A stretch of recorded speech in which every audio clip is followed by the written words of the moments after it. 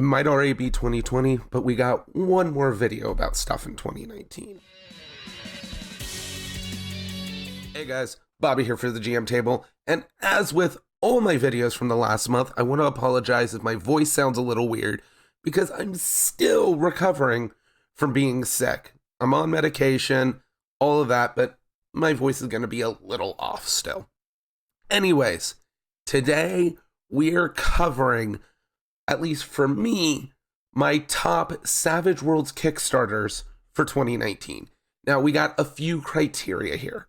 First of all, the book had to release in 2019. This means Lost Colony ain't on here. We don't even have the PDF for that yet.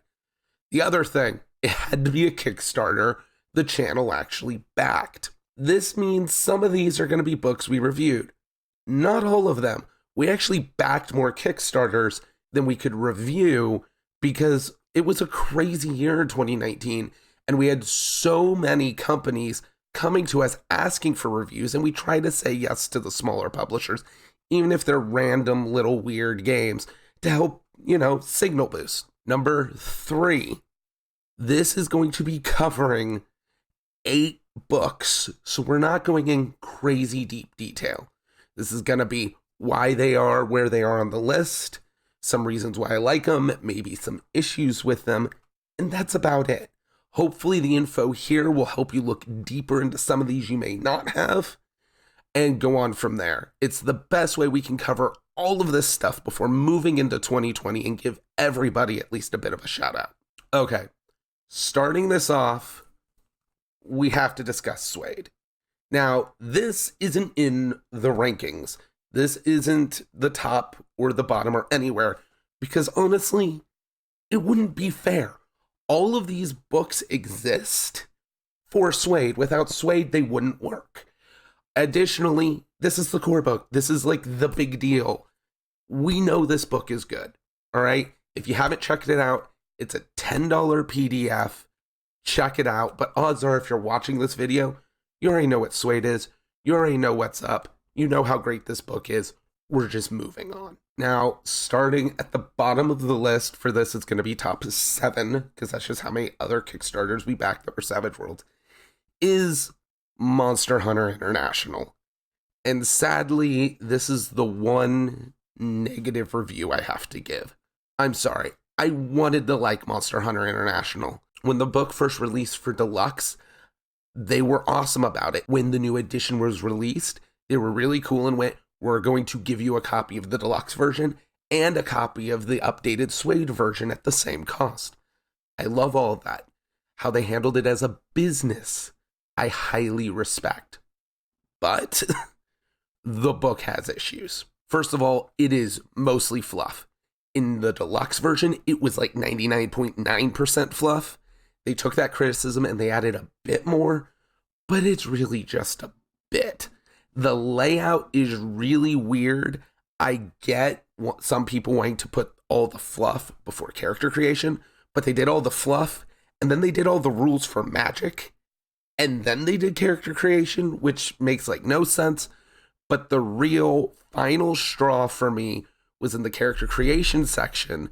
They have a section on gear, and all it really covers is silvered weapons. There's a couple more tidbits, but this is a paramilitary organization. Starting gear standard loadouts are necessary, and it's not in character creation. Instead, what standard soldiers or hunters start with is buried in the fluff. And even worse, the suggested weapons they start with are not weapons that are in core. Fine. Are they in here?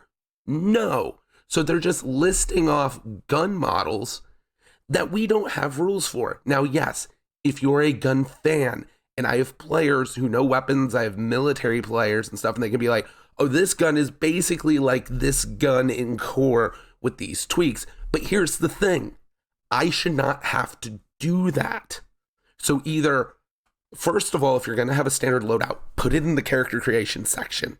Even if you wrote it twice, there's no accounting for that. Second of all, if you're going to list specific models of weapons. Either make sure they're ones that are in core, or just give us the freaking stats on them. Don't say they have this and then not give it to us. It makes it unusable. There's ways around it, but I'm not buying a setting book to fix your book. There are things I like in this book. I really like the world of Monster Hunter International. It's a big reason why I bought this. I like the books. I like the fluff, but if I want the fluff, I just read the books again. I really, really like the bestiary and all the extra information on monsters. But this is a full setting, not just a bestiary book. So it is bottom of the list for this year. Number 6, we have the Savage Sign issue 1. This one was really hard to decide where to go. It goes to second to bottom on the list for a few reasons.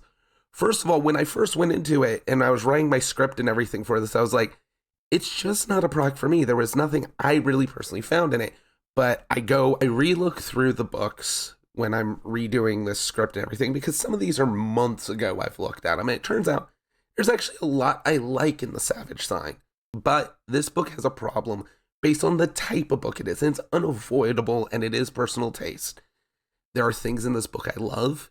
There are things in this book I find completely worthless. Like, I love all the mutation tables in here for the setting, Virulent. But at the same time, the very first setting you get in this book is Pantheon, which, A, I'm not huge on supers, but B, it again is the problem of that one is 99.9% fluff and didn't actually offer anything to me for actually doing the game. It was like, use the supers companion, we suggest this many points.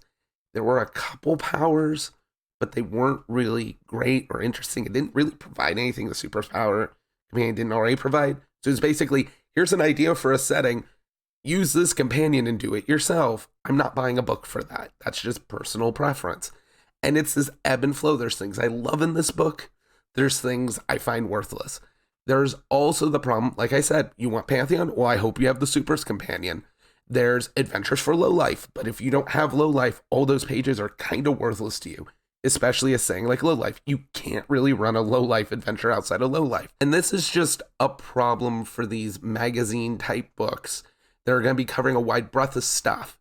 This is a book where if you already have a bunch of Savage settings and you already have a bunch of the companions, you might use all of this book eventually. But I want a book that I can pull out and use frequently for a bunch of different games. And this just isn't that kind of book. It's not their fault, but it's just not really a product for me. I respect this book. The book is gorgeous. It is put together amazingly. It's just not my taste, so it's low down on the list. Number 5, we have Interface Zero 3.0. This is another tricky one for me because I'm going to be completely honest. Personally, I don't think I've delved deep enough into this book and this setting to give it the fairest of shakes. I have read through it. I've read through it a couple times. I've done a lot of work in fiddling with it and looking at stuff. But this is a massive setting. This is a massive book. And I think if it weren't for a few things, it would be much higher on the list.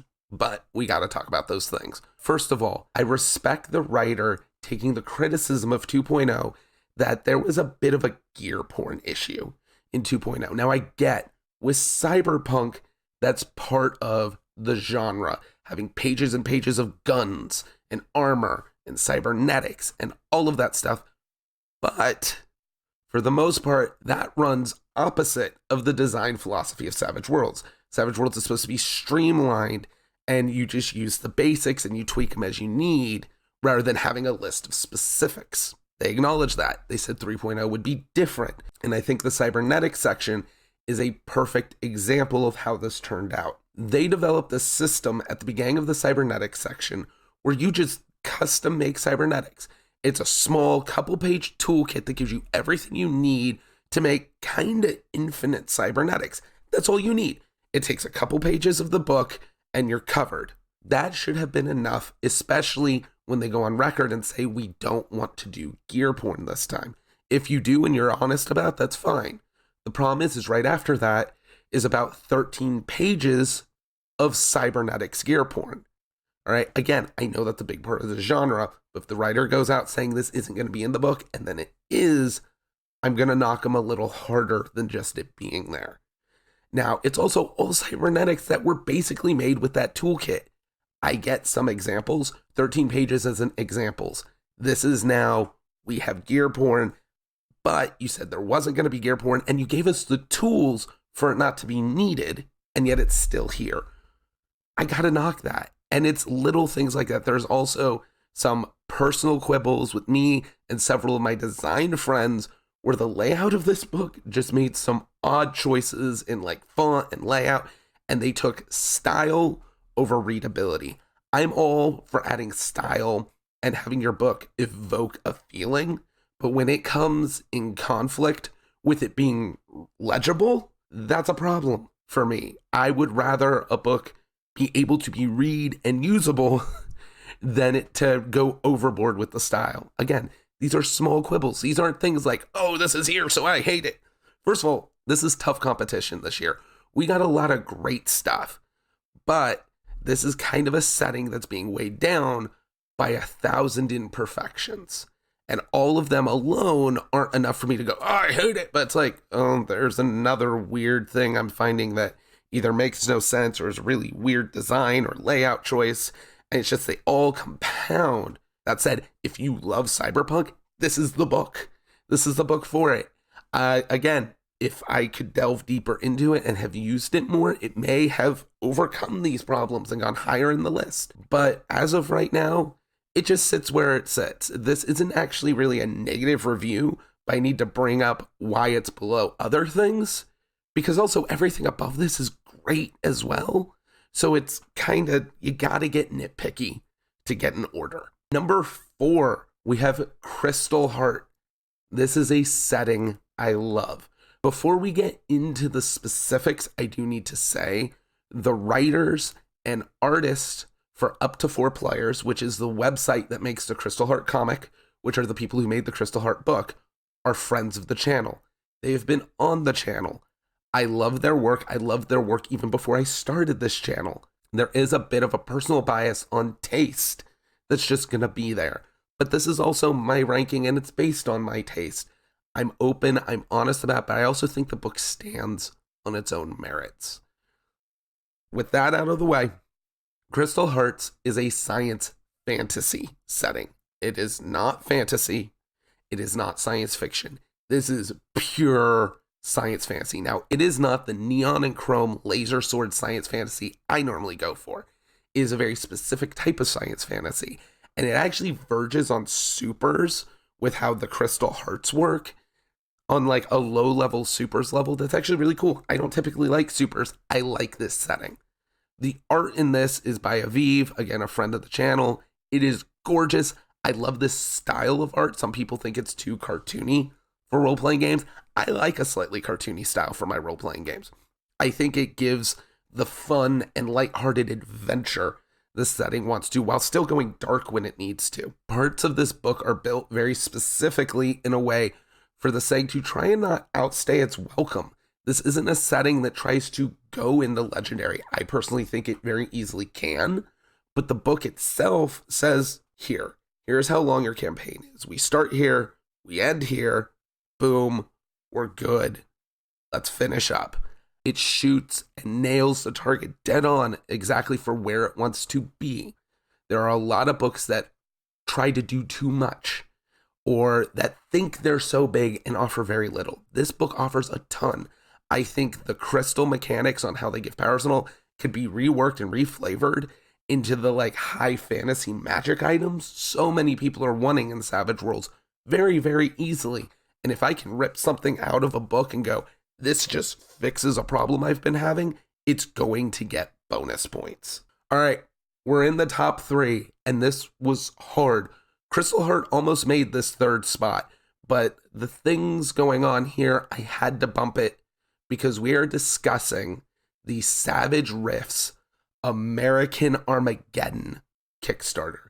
Yes, I am lumping everything from that Kickstarter into one, because if I did each of the Savage Riffs books, this video would take forever. If for some reason you're not familiar with it, the American Armageddon Kickstarter was the release of the first 3 supplement books for Savage Riffs, in addition, a complete rewrite of the Savage Rifts core books for the new edition of the game. And each of these two, both the supplements and the rewrite, combine to why it's in my number 3 spot. So first we're going to look at the rewrite. This could have easily just been, let's update a couple of the mechanics, make sure everything's compatible with Suede, and be done. But in the time since the first version of Savage Rifts came out, the head of the Savage Rifts brand has changed. And with that, we got some new writers and we got some revisions. And personally, I see it as they took this as an opportunity to go through the entire rule set and not only update it for the new edition, but fix some very glaring holes in the mechanics. Okay, Savage Rifts had several issues of, I get it's supposed to be super powerful and gonzo, but you can go super powerful and be well designed. And some of these had design choices that were very deliberately holes for players to just break the system. Now, I can see some fans of Savage Rifts not liking this. They go to Savage Rifts because they want to break the system. They want to be broken and not just be super powerful, but just melt and unstoppable. But to me, I would rather have a well-designed game that's high-powered than a game that knows it's going to be broken. The fact that they can go, reiterate, find the flaws and fix them means a lot to me. Now, with that, when we go on to the second part of the supplements, this is maybe the most important reason why it got into the top 3 for me. I'm going to be very honest. I am not a Savage Rifts fan. I've never hidden this. I gave Savage Rifts a fair shake. I've ran it multiple times. But the way Savage Rifts is presented in the core book, with the Castle Refuge, and trying to set up the situation of not only is Savage Rifts a game where you can do and be anything, but they tried to have this framework where everybody, no matter what you're doing or what you are, is going to be in one group equally, and we're going to have fun adventures for everybody at the same time. It's not for me. I get the kitchen sink world, and I love the option of going here and there, but the setup in the core rules was I need to make adventures that are fun for everybody without any focus. And it didn't click for me. It's not my style.